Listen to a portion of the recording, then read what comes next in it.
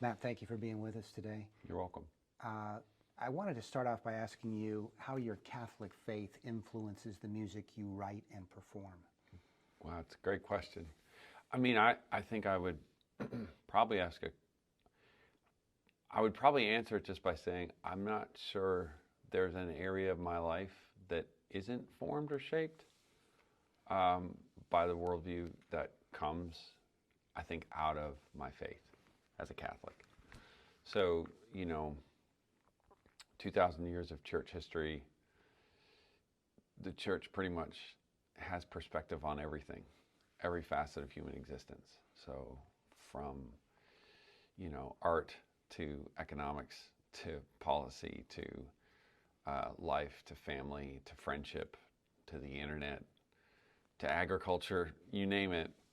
There's a legacy of people whose faith has compelled them to live out their faith, not just in the area of sort of devotion and belief, but in the way that you live.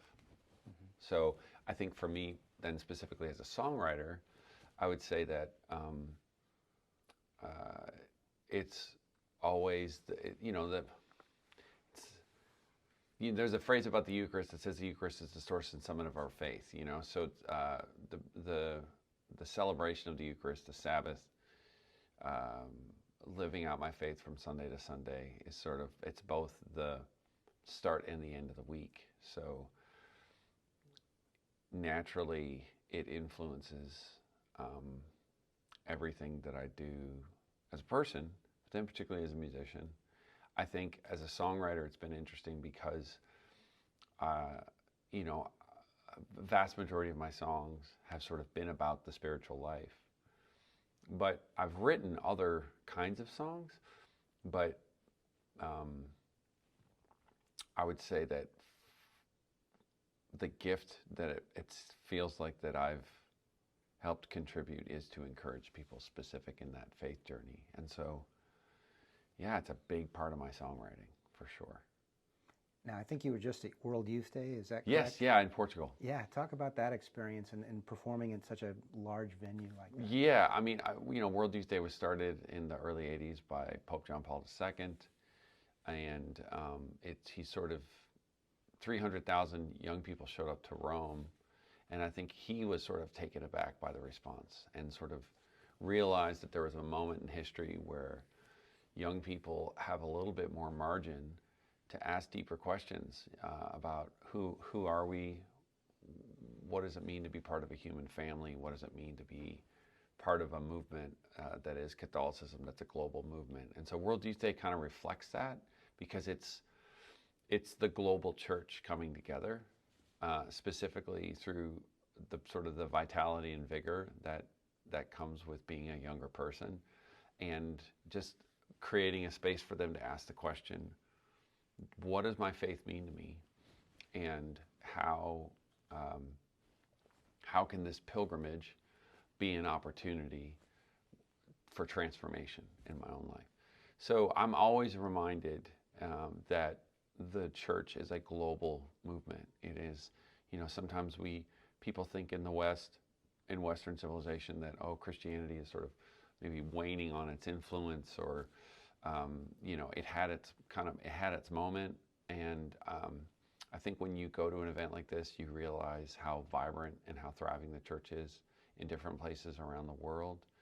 And I think that's always been the progress and the pace at which God was content with moving, which is one soul, one yes at a time.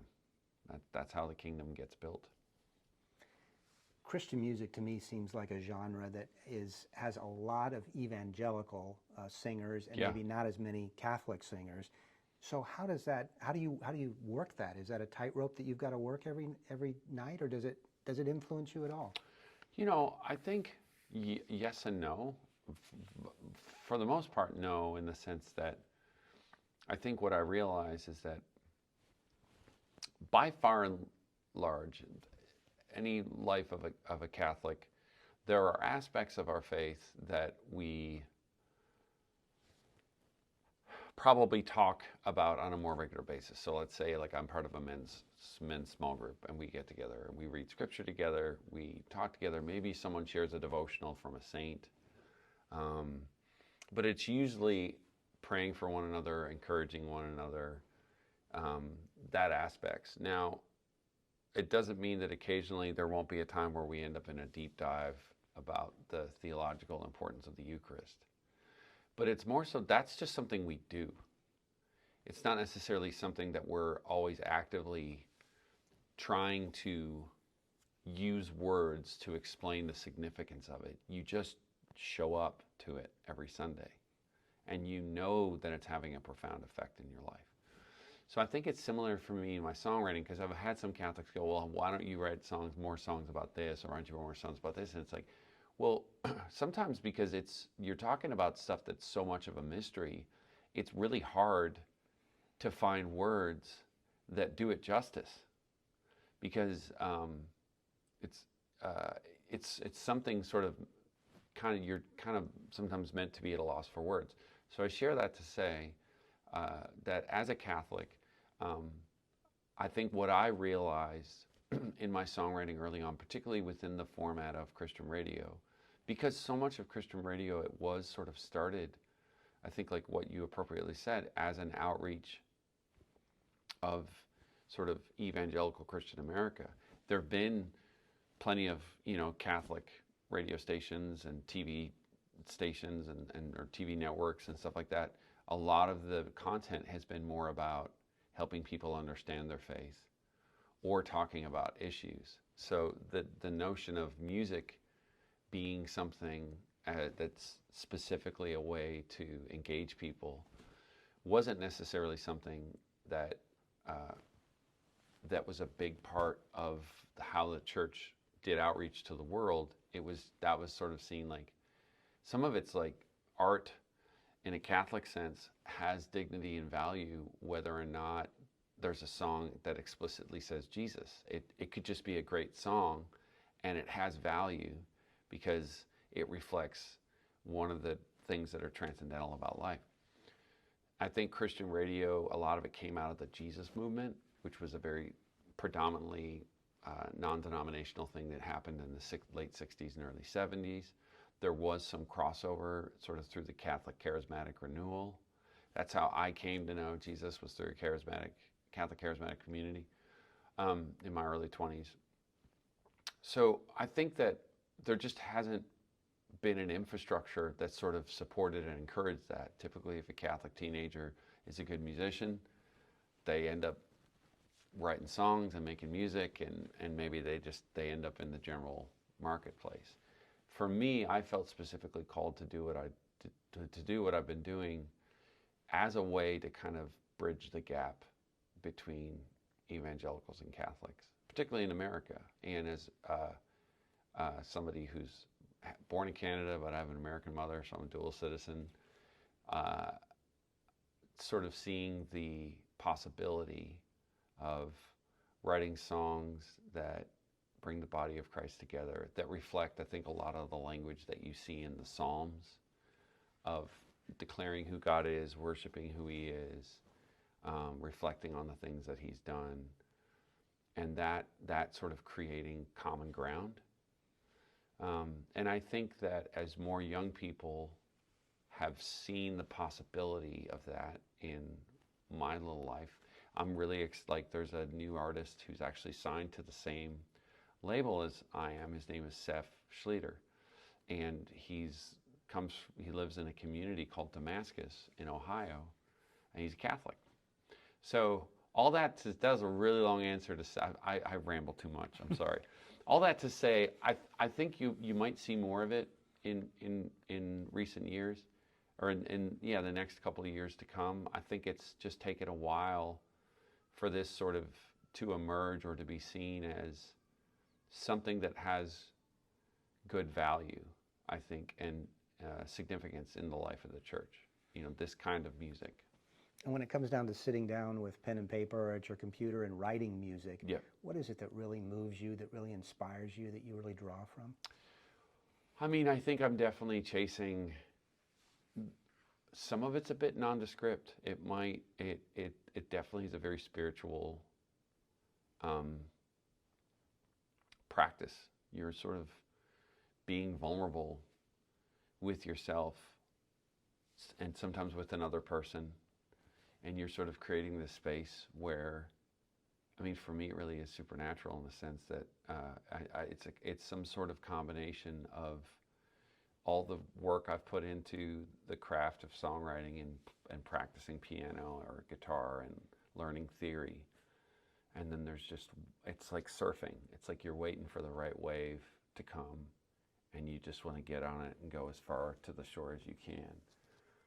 And I think that that's what happens. And so you have to really show up in a very vulnerable way, which I think, that's the great thing about the legacy of prayer in Catholicism especially, is that's so much of the Liturgy of the Hours is about being fully present.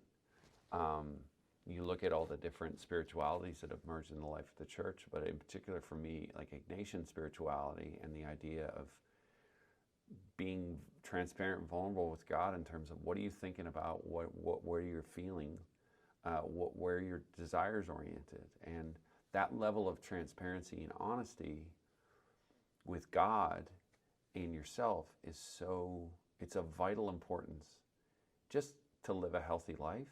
But I think it's of vital importance specifically as an artist, because I think that's what makes the best song and the best painting and the best sculpture. It's that vulnerability that the artist is expressing, and then how it's intersecting with things that ring eternally true. So I think you've got a new song, The Lord's Prayer. It's Yes. yours. Yeah. Great song. Tell me where that developed, what you're trying to accomplish with that. Yeah. Well, that's a great question, what I'm trying to accomplish. I mean, the song started because a friend of mine who is a non-denominational Christian was at a church, and his church was going through the Lord's Prayer. And so he wanted to write a version that he could sing with his kids. And so in terms of like what was it I set out to accomplish, I think that's how it started, was to just simply, a guy wanted to teach his kids how to pray a prayer. And there is a thing with worship music, there is an element of utility to it that is, it's very true. It's serving something other than just the music itself. And I mean, I guess in some sense there is an element of that with art anyways. It's artists, the art of an artist is servicing some kind of revelation, even if it's a ripping guitar solo. That's a revelation of a sort. But I think with this song, the goal of it, was my friend had sort of started this, and I just thought,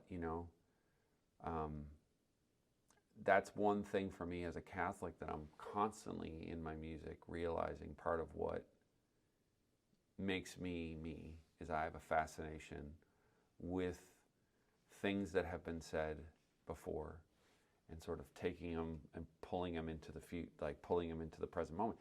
Because I think that's what like a spirituality rooted in liturgy does, right? Like that's what's so amazing about like the Mass, is that it's ever ancient, ever new. So we take these prayers and scriptures, and it's like a greatest hits, and it gets pulled from a living sort of chronology constantly into the present moment. And so I think I'm trying to do that with my songwriting, and I think there's an aspect of that in this songwriting for sure. So you sing a lot of these songs night after night, time and time again. Is there one or two songs that still, after all these years, moves you and you still relate to when you're on stage? Yeah, for sure. Hopefully most if not all of them. I think especially because of the subject matter. I would feel like a fraud if I was sitting up there singing some song about needing God and then going, oh, did I leave the garage door open? Yeah, I mean, there are plenty of human moments like that happen, but if I'm thinking about what are we going to eat after we get done playing tonight, there is an element of accountability that once again, the best art and the best music, the best moments like that happen when everyone is willing to fully show up to the present moment. So I think two songs in particular are probably "Lord, I Need You" would definitely be one, and I would say it's usually a rotating list, but there's a song off my last album called "Alive and Breathing," and that one to me, the past couple of weeks, every time I've done it, it's felt like a little shot in the arm, like a healthy reminder for me as well. So through your music, you get to stand on stage and tell people how you feel about Jesus Christ and about the church. What advice, I guess, would you have overall for someone to be the best Christian and the best Catholic that they could be? Oh gosh, I'm not an expert on that. That would scare me if I started. Yeah, I mean, I think that's why we typically don't make a big deal about people before they die. So I explain this to my friends. I'm like, this is why we don't, this is why saints don't become saints before they die. I was like, especially now. I think, yeah, in my life, if I've tried to be an example of anything, it's, I think a couple things. One would be radical hospitality. That, I think it was Henry Nouwen said the greatest sign of a Christian is their sense of hospitality. The first rule of the Benedictine order is greet everyone as if you're greeting Christ. I think with that hospitality comes radical humility, in the sense because it's deferring to others rather than yourself. And I just surrender. Like every day, life is full of moments where we're invited into a life of surrender. Like nothing is ours. This is all transitory. It's, we're just passing through. So, use the gifts and talents you have wisely. If for the greater good, for the betterment of people, the world around you, the people you love, society. I think for me, particularly as a Catholic, being surrendered to the will of Jesus in my life and to the role that the church plays as a guide and as a 2,000-year-old witness, and the legacy of all those people who lived that way. There's plenty of advice for pretty much every situation I think you're kind of walking through. So the willingness to listen to that and to consider that deposit of faith and wisdom, I think that's what I mean when I say surrender. I think radical hospitality, radical humility, and radical surrender. Like I think those would be the three things that I would say, because I think out of that kind of flows everything else. A life lived in surrender, with it usually ends up coming peace and joy and love. Yeah, and I mean, even just surrender to the love of God. Be loved today. Allow yourself to be loved.